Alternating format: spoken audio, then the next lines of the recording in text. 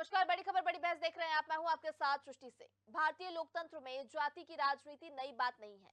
UP सहित कई राज्यों में दलित वोट बैंक खिसकने से कांग्रेस को डॉक्टर अंबेडकर याद आ रहे हैं। इसके चलते वो देश भर में जय भीम यात्रा रैली निकालेगी। वहीं बीते एक दशक में आदिवासी मतदाता बीजेपी के हाथों से खिसका तो उसका फोकस भी अब इसी वर्ग से जुड़ी कल्याणकारी योजनाओं पर है। इसी क्रम में बीजेपी अब मध्य प्रदेश में लागू पेसा अधिनियम को और प्रभावी बनाने के लिए काम करेगी। तो क्या देश को कभी जाति की राजनीति से मुक्ति मिलेगी या ये सब यूं ही चलेगा? बड़ी खबर बड़ी बहस में आज इसी विषय पर होगी चर्चा, लेकिन इससे पहले एक रिपोर्ट।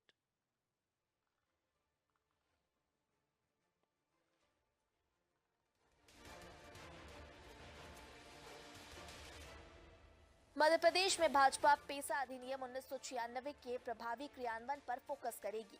इसका मकसद अनुसूचित जनजाति वर्ग में पार्टी की पैठ मजबूत करना है। मध्य प्रदेश में एक कारण ये भी है कि यहाँ अनुसूचित जनजाति बहुल क्षेत्रों से विधानसभा चुनाव में भाजपा को उसके अपेक्षित मत नहीं मिल सके थे। ऐसे में वह पेसा के माध्यम से अनुसूचित जनजातीय वर्ग को लुभाकर उनकी नाराजगी को दूर करना चाहती है। दरअसल भाजपा की नजर मध्य प्रदेश विधानसभा की उन 47 सीटों पर है जो अनुसूचित जनजाति के लिए आरक्षित है। 230 सीटों की विधानसभा में वर्ष 2018 के विधानसभा चुनाव से पहले 31 सीटें थी, लेकिन अनुसूचित जाति जनजाति वर्ग के मुंह मोड़ने से पार्टी के हाथ से सत्ता फिसल गई। वर्ष 2023 के चुनाव में भी एसटी वर्ग पूरी तरह भाजपा के पक्ष में खड़ा नजर नहीं आया। पिछले चुनाव में वो इस वर्ग की सिर्फ 8 सीटें बढ़ा पाने में ही सफल रही। पैठ बढ़ाने एसटी वर्ग को साधेगी भाजपा। नाराजगी दूर करने होंगे हर संभव जतन। पेसा एक्ट को प्रभावी बनाने पर फोकस। 2018 से एसटी वर्ग बीजेपी से छिटका। एक दशक में 7 सीटों का हुआ नुकसान। पेसा कानून को प्रभावी बनाने का आकलन इस बात से किया जा सकता है कि मुख्यमंत्री डॉक्टर मोहन यादव ने जनजातीय कार्य विभाग में इसके क्रियान्वयन के लिए एक अलग सेल बनाने के निर्देश दिए हैं। उन्होंने कहा कि प्रधानमंत्री नरेंद्र मोदी की मंशा के अनुरूप धरती आबा जनजातीय ग्राम उत्कर्ष अभियान के तहत सभी पात्र हितग्राहियों को 100% लाभ दिया जाए। पेसा एक्ट में जनजातीय वर्ग को अपने स्थानीय स्वशासन से जोड़कर रखने और उसे सशक्त बनाने का प्रयास किया गया है। इसके अंतर्गत जनजातीय क्षेत्रों को ग्राम सभा को शक्तिशाली बनाकर उनमें आदिवासियों के पारंपरिक प्रथाओं के अनुसार प्रशासनिक ढांचा विकसित किया गया है। मुख्यमंत्री युवा अन्नदूत परिवहन योजना में 13 लाख चालकों का महज 3,000 रुपए की प्रीमियम पर बीमा इसी दिशा में एक प्रयास है। सरकार यहां कल्याणकारी योजनाओं के जरिए आदिवासियों को साधने का काम करेगी। वहीं पार्टी सामाजिक और राजनीतिक कार्यक्रमों के जरिए इसे आगे बढ़ाएगी। सीएम डॉक्टर मोहन यादव ने दिए विशेष निर्देश। जनजातीय विभाग में बनेगा पेसा सेल। पीएम के अभियान पर भी रहेगा जोर। केंद्र ने शुरू किया धरती आबा कैंपेन। अपनाए जाएंगे सोशल सियासी तरीके। युवा चालकों को मिलेगा बीमा लाभ। मध्य प्रदेश में सत्ता की चाबी आदिवासी मतदाताओं के हाथ में है। ये अतिशयोक्ति नहीं, बल्कि पिछले कई चुनावों के परिणामों का विश्लेषण इस बात को पुख्ता करता है। यही एक वजह है कि भाजपा ने पेसा पर अपना फोकस बढ़ाया है। मौजूदा सदी के शुरुआती सालों में बीजेपी से जुड़े आदिवासी वर्ग ने अब जिस तरह बीजेपी से दूरी बनाई, उससे बीजेपी की चिंता बढ़ाई है।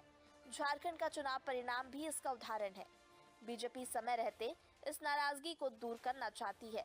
इसके चलते ही अब वो पेसा के बहाने इस वर्ग में अपनी पैठ मजबूत करने का जतन कर रही है।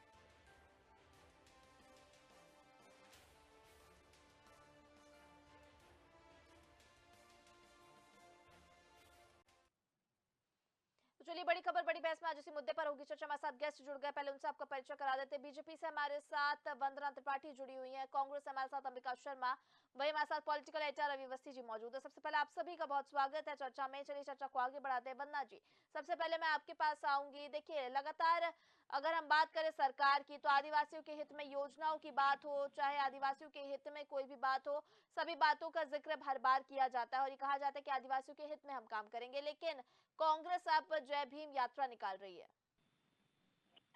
जी, नमस्कार। देखिए, सबसे पहले तो आदिवासियों के विषय में जब बात होती है, तो आदिवासियों के कल्याण के लिए सारी जितनी भी योजनाएँ हैं, वो भारतीय जनता पार्टी की सरकार के आने के बाद हुए हैं। पेसा एक्ट भी लागू करने वाली भारतीय जनता पार्टी की सरकार है। आपने देखा किस प्रकार से चुनाव में भी हम ये सुनिश्चित करते हैं कि हम आदिवासी वर्ग को जितने ज़्यादा से ज़्यादा प्रतिनिधित्व दे सकते हैं, वो दें। रही बात जब आदिवासी महिलाओं की आती है, तो उनके लिए भी सारी व्यवस्था करने का कार्य भारतीय जनता पार्टी ने किया है। आपने देखा हमारे यहाँ से कितने सारे विधायक, कितने सारे सांसद, कितने जनप्रतिनिधि आदिवासी वर्ग से आते हैं, खास करके महिलाएं। अब अगर बात करें आदिवासियों के लिए आदिवासियों के कल्याण की, देखिए आदिवासियों के कल्याण के लिए अगर कांग्रेस पार्टी ने कार्य किया होता, तो इतने सारे हमारे जो जितने भी आदिवासी गौरव रहे हैं, वो इतिहास के पन्नों पर क्यों छुपे रहते हैं? मामा टंटिया मामा का, या फिर महाराज शंकर शाह का, या रानी कमलापति जी का, इन सबका नाम जो इतिहास के पन्नों पर छुपा हुआ था, उसको महिमा मंडित करने का, उसको जनता के बीच में लाने का, बच्चों को ये बताने का कि हमारे आदिवासी हीरोज कौन थे, ये सारे कार्य भारतीय जनता पार्टी ने किए। लेकिन अगर आपको किसी भी वर्ग को गौरवान्वित करना है, तो उसके जो भी जितने भी उसके जो भी इतिहास के रचयिता रहे हैं, उन सबको गौरवान्वित करना जरूरी है। और भारतीय जनता पार्टी ने वो कार्य किया, जिस प्रकार से महाराज शंकर शाह जी के नाम से मेडिकल कॉलेज का निर्माण किया है, टंटिया मामा भेल के नाम से जो हमारे यहाँ रेलवे स्टेशन है, बस स्टैंड, तो ये रानी कमलापति जी के नाम से रेलवे स्टेशन है। तो ये सारी चीजें दर्शाता है कि हम आदिवासी कल्याण के लिए कार्य करते हैं। दूसरी बात, पेसा एक्ट को लागू करके भारतीय जनता पार्टी ने सुनिश्चित किया है कि हमारे जो आदिवासी भाई बंधु हैं, जल जंगल जमीन का अधिकार मिले। फिर जब हम योजनाओं की बात करते हैं, तो आदिवासियों के लिए अलग से भी योजनाएं भारतीय जनता पार्टी की सरकार में चल रहे हैं। साथ साथ जितनी भी हमारी विकास की योजनाएं हैं, उन सब का लाभ हमारे आदिवासी वर्ग को मिलता है। और हमें कभी भी आदिवासी को कांग्रेस पार्टी की तरह वोट बैंक नहीं समझता। हमने हमेशा कोशिश करी है कि हमारे जितने भी आदिवासी भाई बंधु हैं, वो सब आगे आए और उन्हें बढ़ चढ़कर राजनीति में, उन्हें बढ़ चढ़कर अपने हर चीज में जितना संभव हो सके हम आगे ला सके। और यही कोशिश कर रही है भारतीय जनता पार्टी की सरकार। जी। अब अगर हम कांग्रेस पार्टी की जब बात करेंगे, तो कांग्रेस पार्टी को आप देखिए, कांग्रेस पार्टी ने किस प्रकार से आदिवासियों को सपोर्ट बैंक समझा। जब तक उनकी सरकार थी, उन्होंने कोई आदिवासी कल्याण की न कोई योजना लाई, ना ही उन्होंने कोशिश करी कि जितने भी हमारे आदिवासी हीरोज हैं, हमारे इतिहास पर छुपे हुए हैं, उनका नाम बाहर आए। इन लोगों ने सिर्फ आदिवासियों को वोट बैंक समझा, उनको वोट के लिए यूज किया, और उसके बाद उनको जब उनका ये इस्तेमाल कर लेते, तो उसके बाद उनके कल्याण के लिए ना तो इन्होंने कोई योजना लाई, ना ये कोशिश करी कि आदिवासी जो यानी सामान्य। वंदना जी, जो ये जय भीम यात्रा निकाल रही है कांग्रेस, ये भी राजनीति का ही हिस्सा है, ऐसा आपका कहना है? देखिए, कांग्रेस पार्टी जब ये बताती है कि वो आदिवासियों की हितैषी है, तो फिर कांग्रेस पार्टी को हम जब भी कोई नया क्रियान्वयन करते हैं, आपत्ति क्यों होती है? यानी कमलापति जी के नाम से जब रेलवे स्टेशन का निर्माण हुआ था, तभी कांग्रेस पार्टी को आपत्ति थी। महाराज शंकर शाह जी के नाम से मेडिकल कॉलेज बनता है, तो भी ऐसे ये कहते हैं कि राजनीति। तो जब हमारी हर बात में राजनीति दिखती है, तो इसका मतलब ये हर चीज को राजनीतिक चश्मे से देखते हैं। लेकिन आप एक ये बताइए कि अगर हर चीज को राजनीतिक चश्मे से देखकर अगर आप कार्य करेंगे, तो क्या जनता नहीं समझती? जनता को नहीं समझ में आता? जनता को मूर्ख समझते हैं? अगर जनता ये बात नहीं समझती होती, तो कांग्रेस के हाथ से जो आदिवासी वोट बैंक है, वो फिसल नहीं जाता। अब हमारे आदिवासी भाई बंधु भी समझते हैं कि उनका कल्याण कौन कर रहा है। ये डबल इंजन की सरकार में केंद्र से लेकर प्रदेश तक उनके लिए लाभकारी योजनाएं कौन ला रहा है। और इसीलिए आदिवासी भाई बंधुओं ने कांग्रेस पार्टी के छलावे में आना बंद कर दिया। इसलिए कांग्रेस पार्टी अब ये कोशिश करेगी कि फिर से हमारे आदिवासी भाई बंधुओं को छले, और इसीलिए इस प्रकार के राजनीतिक प्रपंच रच रही है। कांग्रेस पार्टी की धरातल पर क्या स्थिति है, जब उनकी सरकारें आती है तब देख के ठीक है। समझ में आ जाता है। जब ये सरकार में होते हैं, तब ये कोई भी आदिवासी कल्याण की बात नहीं करते, नीति नहीं बनाते, जी। इनकी नियत ही नहीं है कुछ आदिवासी के लिए करने की। तो फिर ये कहाँ से ये सब यात्रा निकाल रहे हैं? ठीक है वंदना जी, सुना मैंने आपको, सुना। हमारे साथ अंबिका जी मौजूद है, उन्हीं से जवाब ले लेते हैं इन सभी बातों का। अंबिका जी, आपने वंदना जी को सुना, उन्होंने तमाम आरोप लगाया। उन्होंने कहा है कि जो जय भीम यात्रा आप लोग निकाल रहे हैं, यानी आपकी पार्टी जो ये यात्रा निकाल रही है, वो भी सिर्फ एक राजनीति का हिस्सा है। वहीं कांग्रेस ने कभी भी आदिवासियों के लिए कोई योजना नहीं शुरू की, जबकि ये काम सिर्फ भारतीय जनता पार्टी ने किया है। तो कांग्रेस आदिवासियों का कल्याण नहीं चाहती, सिर्फ वोट बैंक के तौर पर उन्हें देखती है। दृष्टि जी, सबसे पहले तो नए वर्ष की आप लोगों को हार्दिक शुभकामनाएं। जी आपको भी। और मेरा कहना है कि ये भारतीय जनता पार्टी की तरफ जो बहन वंदना जी हैं, पूछिए कि आदिवासियों को के जीवन स्तर को उठाने के लिए कांग्रेस ने कोई भी काम नहीं किया। आपने या तो इतिहास पढ़ा नहीं है या आप जानबूझ के झूठ बोल रहे हैं। आदिवासियों को समाज के अन्य सामान्य वर्गों के बराबरी तक लाने में कांग्रेस की कितनी बड़ी भूमिका थी, कितना रिजर्वेशन का आदिवासियों के लिए किया, कितने विधायक और सांसद और प्रशासनिक अधिकारी आदिवासी क्षेत्र से बने हैं लोग, कितने SC ST को कांग्रेस ने रिजर्वेशन देकर उन समाज की मुख्यधारा से जोड़ा, उनके जीवन स्तर को सुधारा। तो पहले तो इतना बड़ा झूठ इनको इतने बड़े चैनल पर बैठकर नहीं बोलना चाहिए। रहा सवाल हमारे भीम यात्रा का, तो निश्चित रूप से हमारे जो संविधान का जो अपमान लगातार भारतीय जनता पार्टी कर रही है, बाबा साहब अम्बेडकर का अपमान कर रही है, इनके मंसूबे अच्छे नहीं लग रहे हैं, इनके एजेंडा हमें दूरगामी परिणाम जिनके बहुत विघातक और भयावह हो सकते हैं, उन तमाम परिस्थितियों को ध्यान में रखते हुए जो एक दलित समाज का, अनुसूचित जाति जनजाति समाज का जो विश्वास टूटता जा रहा है व्यवस्था, उस व्यवस्था को उस विश्वास को कायम रखने के लिए हम भीम यात्रा निकाल रहे हैं, ना कि वोट बैंक के लिए निकाल रहे हैं। वोट बैंक के लिए का खेल तो ये खेलते रहे हैं, सत्ता का एक खेल खेलते रहे हैं। हम तो समाज सेवा करते हैं, समाज सेवा करना हमारा ध्येय है। सत्ता प्राप्ति के लिए लोग हमेशा लालायत रहते हैं, किसी भी स्तर पर उतर जाते हैं। और ये कब से आदिवासियों के और अनुसूचित जाति के माने बहुत पक्षधर हो गए हैं, कब से चिंताग्रस्त हो गए। ये सबसे ज्यादा तो पूंजीपतियों भी करते हैं। जब से ही इनकी सरकार आई थी सबसे पहले तो इन्होंने उद्योगपतियों का लोन माफ किया 16 लाख रुपए। तो हमारी सरकार आई UPA में, जैसे ही मनमोहन सिंह जी के नेतृत्व वाली सरकार, तो उन्हें कम कर्ज माफ किया था। ये हमें और इनमें बुनियादी फर्क है।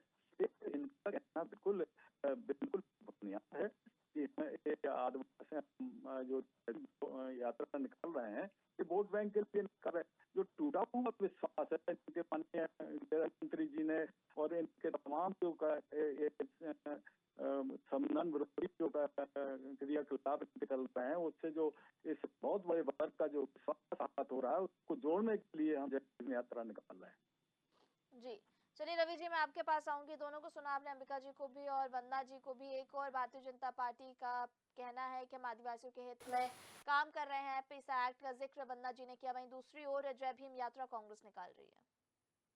देखिए सृष्टि, अनुसूचित जनजाति की पहले बात कर लें तो अगर आज़ाद भारत में, यानी जब से भारत आज़ाद हुआ उसके बाद जब नई सरकारें अस्तित्व में आई, तब से लेके अब तक जो है आदिवासियों के कल्याण के नाम पे हर साल जो है विकास योजनाएं बनती रही हैं और इतना पैसा खर्च हुआ है कि अगर अब आप इससे अंदाज़ा लगा ली कि उस पैसे का क्या कल्याण कार्यों में कितना उपयोग हुआ, क्योंकि आज भी 75 साल के बाद भी वही योजनाएं चलानी पड़ रही हैं।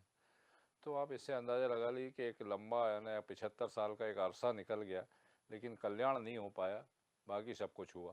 तो खैर अब देखिए तो कालांतर की बात है, लेकिन जहाँ तक राजनीति की बात है तो देखिए ये तो बिल्कुल कड़वा सच है कि एक बड़ा अरसा जो है वो बड़ा शासनकाल, करीब 50 साल का शासनकाल कांग्रेस का रहा है और निश्चित तौर पर कांग्रेस का परंपरागत वोटर भी आदिवासी वर्ग रहा है और इसके चलते ही आप देखिए कि वो लगातार सत्ता में बनी रही।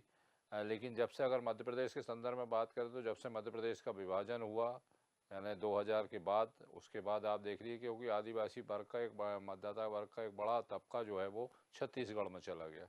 उसके बाद से कांग्रेस की हालत आप देख लीजिए क्या है मध्य प्रदेश में, वो किसी से छिपी नहीं है। अब सवाल यही है कि 80 के दशक में बीजेपी की स्थापना होती है और बीजेपी जो है 2 दशक में अपने आप को बहुत तेज़ी के साथ बूम करते हुए और केंद्र में सत्ता तक पहुंच जाती 3-4 दशकों में।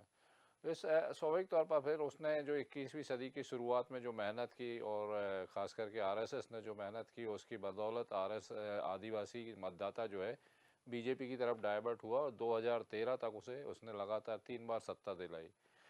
उसका श्रेय इसलिए जाता है क्योंकि देखिए अनुसूचित जनजाति का मतदाता जिस भी वर्ग के साथ रहा, जिस पार्टी के साथ रहा है, सत्ता उसे मिलती रही है।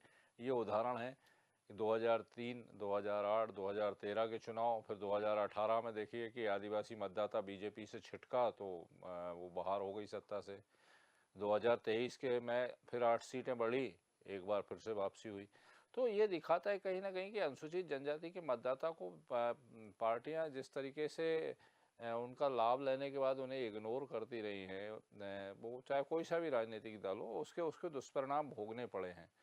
तो अब बीजेपी तो खास करके इस मामले में सतर्क है। सतर्क इसलिए कह सकते हैं कि देखिए वो तो लगातार, चूँकि इनके आदिवासी अनुसूचित जनजाति वर्ग के लिए लगातार कल्याणकारी योजनाएं चला रहे हैं, चाहे वो प्रदेश सरकार हो या केंद्र सरकार हो। केंद्र सरकार की तरफ से प्रधानमंत्री ने एक बड़ा जो अभियान शुरू किया है, देशव्यापी अभियान है, और उसके तहत ही तमाम योजनाओं को, चाहे वो विकासकारी हों या कल्याणकारी योजनाएं हों, दोनों ही क्षेत्रों में लगातार काम किया जा रहा है। मध्य प्रदेश में देखिए कि जो आभा अभियान है, उसके तहत धरती आभा ग्राम उत्कर्ष अभियान, उसके तहत अधोसंरचना विकास को लेकर, यानी गांव-गांव में मंजरे टोले तक सड़कें बिछाने का काम तेजी से शुरू हो गया है। और वही दूसरी तरफ पेस एक्ट को प्रभावी बनाने के लिए भी देखिए, अब बात कहें कौन कितना हितैषी है, तो आप इससे अंदाज़ा लगा लीजिए कि 1996 में पेसा एक्ट लागू हुआ, लेकिन उसे देश में लागू हुआ, लेकिन उसे मध्य प्रदेश में लागू होने में कितने समय लग गया। यानी 2022 में जो है इसको शिवराज सिंह सरकार ने लागू करना किया। तो आप सोचिए 1996 से 2022 तक पहुंचने में लग गया वो समय। खैर ठीक है, देर आए दुरुस्त आए, लेकिन अब इसको और प्रभावी तरीके से लागू किया जाए, इसको लेकर सरकार और पार्टी जो है दोनों ही पूरा जतन कर रही है कि कैसे होगा। जहाँ तक जय भीम वाला मामला है, तो देखिए स्वाभाविक तौर पर आप चूँकि जिस तरीके से जनाधार खिसका है, महाराष्ट्र हो, उत्तर प्रदेश हो या अन्य राज्यों में क्षेत्रीय दल जिस तरीके से हावी हुए, तो कांग्रेस की चिंता भी बढ़ी है, और ऐसे में उसे अब फिर वापस एक बार उसी मतदाता वर्ग पर लौटना पड़ रहा है, चाहे वो संविधान यात्रा के माध्यम से हो, जय भीम यात्रा के माध्यम से हो, या किसी अन्य जरिए से हो। क्योंकि देखिए राष्ट्रीय दल है, स्वाभाविक तौर पर उनकी चिंता स्वाभाविक है, क्योंकि एक बड़ा वर्ग अगर मतदाता वर्ग अगर खिसकता है, छिटकता है, तो फिर चिंता होना बहुत लाजमी है सृष्टि इसमें। जी, वंदना जी आपके पास आऊंगी। देखिए, जिस तरह से अभी रवि जी ने जिक्र किया कि जब से आज़ादी के बाद से 75 साल हो गए, उसके बाद से ही आदिवासियों के हित के लिए काम किया जा रहा है, और अभी तक ही योजनाएं चलानी पड़ रही हैं। क्यों? क्योंकि इतने समय में तो इनका विकास हो जाना चाहिए, और आगे यानी अगर हम यहाँ पर इतना पैसा खर्च करेंगे तो बाकी यही पैसा बाकी चीजों में भी खर्च हो सकता है ना। देखिए, आदिवासियों के विकास के लिए कार्य करना कहाँ से आप गलत मानती हैं? वो योजनाएं चला रहे हैं, और वो योजनाएं अगर कारगर हैं और अगर अभी भी चल रही हैं, जो योजनाएं कारगर हैं उन्हें हम चलाते ही चले जा रहे हैं। लाडली लक्ष्मी योजना हमारी इतनी कारगर कारगर रही है कि जो शिवराज जी जब मुख्यमंत्री थे तब भी चल रही थी, आज भी चल रही है। लाडली बहना ज्यादा पुरानी नहीं है, लेकिन कारगर योजना इसलिए चलती चली जा रही है। निरंतर जो भी योजनाएं ऐसी हैं जो किसी भी प्रकार से अगर किसी को लाभ पहुंचाती हैं, तो उन योजना को चलाते रहना सरकारों का काम है। और अपने लोगों के कल्याण के लिए कार्य करने के लिए सरकारें चुनते हैं लोग, और अगर आदिवासियों ने हमें चुना है तो उनके कल्याण के लिए जो भी योजनाएं चल रही थी वो सदैव निरंतर ऐसी चलती रहेंगी, और आगे भी हम और नई योजनाएं लाएंगे। उसके अलावा अगर बात करें तो आदिवासियों को देखिए बढ़ाने के लिए हमने हर प्रकार से कोशिश करी है। हमने कोशिश करी है कि उनके लिए अलग से स्कूल हॉस्पिटल बने। हमने ये कोशिश करी है कि रिजर्वेशन के माध्यम से उन्हें जहाँ भी पढ़ाई में, मेडिकल में, इंजीनियरिंग में हर रिजर्वेशन का उनको फायदा पहुंच रहा है। हमने ये कोशिश करी है कि जो हमारी आदिवासी बहनें हैं, हमारे आदिवासी भाई बंधु, उन्हें राजनीति में प्रतिनिधित्व ज्यादा से ज्यादा मिले। हमने बड़े बड़े पदों पर राजनीतिक पदों पर भी आदिवासियों को बिठाया। आप देखिए, हमारे देश की राष्ट्रपति एक आदिवासी महिला है। वो भी भारतीय जनता पार्टी कहीं ना कहीं ये मानती है कि महिलाओं को और आदिवासियों को, हमने जो ज्ञान की बात करी है, गरीब युवा अन्नदाता और नारी, तो उसमें हम कहीं ना कहीं ये मानते हैं कि उसके अलावा अगर हम हमारी ये 4 बिंदु के अलावा अगर हमें किसी का विकास करना है तो वो है हमारे आदिवासी भाई बंधु। तो हमने कोशिश करी है कि जिस प्रकार से हम गरीब युवा अन्नदाता और नारी वाला एक जो कॉन्सेप्ट लेकर चल रहे हैं, उसके तहत हम लोगों को आगे बढ़ाएं, और साथ ही साथ हमारे आदिवासी भाई बंधुओं को भी आगे बढ़ाएं। क्योंकि कहीं ना कहीं भारत के विकास में सबका साथ सबका विकास वाली नीति जब लगाई जाएगी तभी भारत का विकास होगा। एक ही वर्ग को अगर हम साधने में लगे रहेंगे और तुष्टीकरण की राजनीति करते रहेंगे तो किस प्रकार से हम ये कहेंगे कि 2047 में भारत विश्व की तीसरे नंबर की सबसे बड़ी अर्थव्यवस्था बनेगा? उसके लिए जरूरी है कि हर वर्ग का विकास हो, हर व्यक्ति का विकास हो, महिलाओं का विकास हो, युवाओं का विकास हो, आदिवासी भाई बंधुओं का विकास हो और सबको हर प्लेटफॉर्म पर मौका मिले। राजनीति में भी अगर हम महिलाओं को देखें, आपने हमारे यहाँ से सांसद आदिवासी महिलाएं हैं, हमारे यहाँ से विधायक आदिवासी महिलाएं हैं, आप नगर परिषद में चले जाइए वहां आपको आदिवासी महिलाएं मिल जाएगी, नगर पालिका में चले जाइए, हर जगह हमने राजनीति में आदिवासियों को और उसके साथ साथ महिलाओं को आगे बढ़ाने का कार्य किया है। तो अगर हम ये कर रहे हैं, धरातल पर ये दिख रहा है, इसलिए हमें बार बार चुनती है, वरना कांग्रेस पार्टी ने इस प्रकार से वोट बैंक बना के रखा था, अभी भी बना के रखती, पर अब आदिवासी भाई बंधु समझदार हैं, सब समझते हैं और अब सबको सब समझ में आता है। धीरे धीरे आप देखिएगा कांग्रेस पार्टी जो ये आदिवासियों के नाम पर राजनीति करती है वो करना बंद कर देगी, क्योंकि जिस प्रकार से इन्होंने बरगलाने का काम किया है वो अब नहीं चलेगा। और ये सिर्फ तुष्टीकरण की राजनीति कर सकते हैं, ये एक वर्ग विशेष के लिए राजनीति कर रहे हैं, एक वर्ग विशेष के लिए कार्य करते हैं, एक वर्ग विशेष की चिंता करते हैं और एक वर्ग विशेष के लिए इन्हें प्रेम है, वही इनका वोट बैंक है, वही इनके सब कुछ है, वही इनका सर्वाधिक सबसे प्रिय जो वोट बैंक, सर्वाधिक और सबसे प्रिय जो राजनीतिक मुद्दा भी है। तो देखिए उसी की चिंता करते रहें और उसी के साथ आगे बढ़ते रहें। जब भी हिंदुत्व की बात आती है, भारत की बात आती है, सनातन की बात आती है, विरोध चालू हो जाता है, लेकिन जब उस वर्ग विशेष की बात आती है कभी विरोध नहीं होता, कोई कुछ नहीं बोलता। तो देखिए तुष्टीकरण की राजनीति करने वाले लोग क्या आदिवासियों की चिंता करेंगे और क्या ही आदिवासियों का कल्याण करेंगे? ये अपने प्रिय वर्ग है उसका कल्याण तो कर नहीं पा रहे, उन्हें भी मूर्ख बनाने में लगे हुए, उनका कल्याण करने का काम भी भारतीय जनता पार्टी ने किया है। आयुष्मान भारत, लाडली बहना, जितनी भी योजनाएं चल रही हैं, चाहे कोई भी प्रधानमंत्री आवास योजना, सबका लाभ सबको मिल रहा है, हर धर्म को मिल रहा है, हर जाति को मिल रहा है। तो हम तो सबका विकास कर रहे हैं, हम तुष्टीकरण की राजनीति नहीं करते, ना एक धन विशेष के काम करते हैं, ना एक समुदाय विशेष के लिए काम करते हैं। हमारे लिए सब एक बराबर है और हमारे लिए सबसे जरूरी जो हम ज्ञान कहते हैं, गरीब, युवा, अन्नदाता और नारी, वो सबसे ज्यादा जरूरी। उनके विकास के साथ ही हमारे भारत का विकास निश्चित होगा और उनके विकास के लिए हम जितना हो पाएगा हमारी सरकारें करेंगी और हमारे आदिवासी भाई बंधु भी किसी से पीछे नहीं रहेंगे। ये भारतीय जनता पार्टी हमेशा सुनिश्चित करती आई है, हमारे प्रधानमंत्री मोदी जी ने भी किया है और माननीय डॉक्टर मोहन यादव जी जी ठीक है वंदना जी। चलिए अंबिका जी आपसे जवाब लूंगी। देखिए वंदना जी के तमाम आरोपों को आपने सुना, उन्होंने कहा कि आप लोग, आपकी जो पार्टी है वो तुष्टीकरण की राजनीति करती, तो आप लोग क्या आदिवासियों का ध्यान रखेंगे और आदिवासी हित की आप लोग क्या बात करेंगे? वहीं उन्होंने जिक्र किया कि आज अगर महिला आदिवासी राष्ट्रपति अगर भारत की है तो वो भी कहीं ना कहीं भारतीय जनता पार्टी की देन है उसमें, और कांग्रेस कभी आदिवासी के कल्याण की बात नहीं करती, वोट बैंक के रूप में इस्तेमाल करती है, इसलिए आदिवासियों को भी अब ये समझ में आने लगा कि कौन उनके हित की बात करता है। दे दीजिए जवाब। देखिए सृष्टि जी, अब वंदना जी बहन क्या कह रही हैं वो जाने, लेकिन सच बात तो ये है कि आप जरा अतीत में देखिए, आजाद भारत के बाद से जब से हम लोग सत्ता में आए हैं तब से हमने कितनी भागीदारी सत्ता में सुनिश्चित की है आदिवासियों की और अनुसूचित जाति और अनुसूचित जनजाति। वंदना जी ये बताएंगे क्या कि कभी इनकी पार्टी का अध्यक्ष आदिवासी रहा है मध्य प्रदेश में?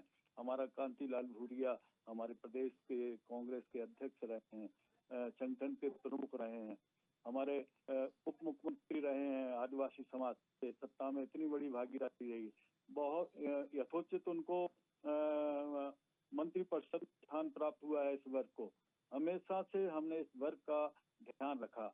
आप 22 साल से सत्ता में हैं, आप आदिवासियों के क्षेत्र में उनके कल्याण के लिए तमाम योजनाएं आप लाए हैं और करोड़ों रुपए आदिवासी क्षेत्र पर आप खर्च कर रहे हैं, लेकिन यह योजनाएं सब भ्रष्टाचार की भेंट चल रही हैं। आपका सही मॉनिटरिंग सही मामले में नहीं हो रही है, लाल फीताशाही आपकी हावी है। आपका जो क्रियान्वयन एजेंसियां हैं वो जिस व्यक्ति को जो लाभ योजना का मिलना चाहिए वो नहीं मिल पा रहा है। आपकी सरकार भ्रष्टाचार में डूबी हुई है।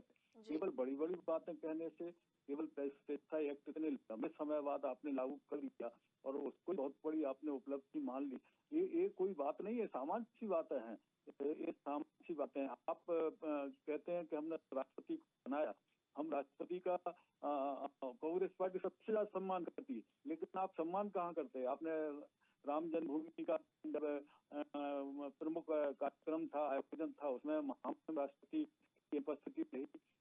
संसद का जो उद्घाटन हुआ, भारतीय संसद का प्रतीक होता है राष्ट्रपति, प्रमुख होता है, वहाँ पर भी उनकी कोई भूमिका नहीं थी। ये सारा का सारा देश देख रहा है, आदिवासी समुदाय देख रहा है आप लोगों की मानसिकता को। आप कहते हो कि हम आदिवासियों का सम्मान करते हैं, ये माना बिल्कुल एक ऐसी बात है। आपको भी माना इतना बड़ा आप देश के सामने, प्रदेश के सामने रखते हो और आपको संकोच नहीं होता। आदिवासियों के लिए जितना आदिवासियों के कल्याण के लिए कांग्रेस ने काम किया है, आप कभी कल्पना नहीं कर सकते। आप केवल पूंजीपतियों के कल्याण के लिए काम करते हो, भ्रष्टाचार की संभावनाएं टटोलते रहते हो। और ठीक है अंबिका जी, चाहे आपकी बात हो चाहे वंदना जी, यानी दोनों ही, चाहे हम भाजपा की बात करें या कांग्रेस की, देश में ये जाति की राजनीति जो है ये लगातार देखने को मिलती है। और ये जाति की राजनीति से मुक्ति कब मिलेगी, फिलहाल तो बड़ा सवाल ये है। रवि जी, इस पर एक छोटा सा कमेंट आपसे। मैं सृष्टि, मुझे तो नहीं लगता कि इससे कभी मुक्ति मिलेगी, क्योंकि अगर भारतीय लोकतंत्र में जो है धर्म और जाति का सियासत में जो है वो पूरी तरह घालमेल है, और बिना इसके ना तो राजनीतिक दल मुझे लगता है खड़े हो सकते हैं, क्योंकि अब तो मतदाताओं की भी आदत हो गई एक तरीके से कि जो उनकी जाति की बात करेगा वो कहीं ना कहीं उसके साथ खड़े नज़र आते हैं। तो जब इतना अगर गहरी पैठ है दोनों की एक दूसरे के प्रति, तो मुझे नहीं लगता कि जाति की राजनीति मत से भारत कभी उभर पाएगा। लेकिन जाहिर बात है कि अगर जाति की राजनीति करते हैं तो संबंधित राजनीतिक दलों को फिर उस जाति की चिंता भी करना चाहिए, खास करके अनुसूचित जनजाति वर्ग जो एक बड़ी आबादी है भारत की। निश्चित तौर पर उसके कल्याण की दिशा में अगर पहले से मैंने कहा ना कि योजनाएं तो कई चल रही, लेकिन उस अनुपातिक दृष्टि में वो कल्याण उनका हो नहीं पाया, वरना आज ज़रूरत नहीं पड़ती उस फिर से कल्याण का योजनाओं की। तो जाहिर बात है कि उम्मीद कर सकते हैं कि अब जो भी योजनाएं चल रही हैं उनका पूरा लाभ उन वर्गों को मिल पाएगा। इसके चलते वो अपने पैरों पर आत्मनिर्भर मतलब हो सकें और स्वावलंबी बन सकें। जी बिल्कुल रवि जी, यही उम्मीद कर सकते हैं कि इन योजनाओं का लाभ जिन लोगों के लिए चला जा रहा है उनको मिल सके। फिलहाल इस चर्चा को यही विराम देंगे। वंदना जी आपका बहुत धन्यवाद, अंबिका जी आपका बहुत धन्यवाद, रवि जी आपका बहुत धन्यवाद हमारे साथ चर्चा में जुड़ने के लिए। तो बिल्कुल आपको बता दें, भारतीय लोकतंत्र में जाति की राजनीति नई बात नहीं है। और अब एक बार फिर से देखिए, जहां कांग्रेस भीम यात्रा निकाल रही है, यानी अंबेडकर को लेकर, आदिवासियों को साधने को लेकर ये यात्रा निकाल रही है कांग्रेस, वहीं दूसरी ओर पेसा एक्ट के बाद भारतीय जनता पार्टी कर रही है। अब देखने वाली बात होगी कि इसका क्या प्रभाव देश की राजनीति में पड़ता है। फिलहाल बड़ी खबर बड़ी बहस में इतना ही। मुझे दीजिए इजाजत, आप देखते रहिए डीएनए। नमस्कार।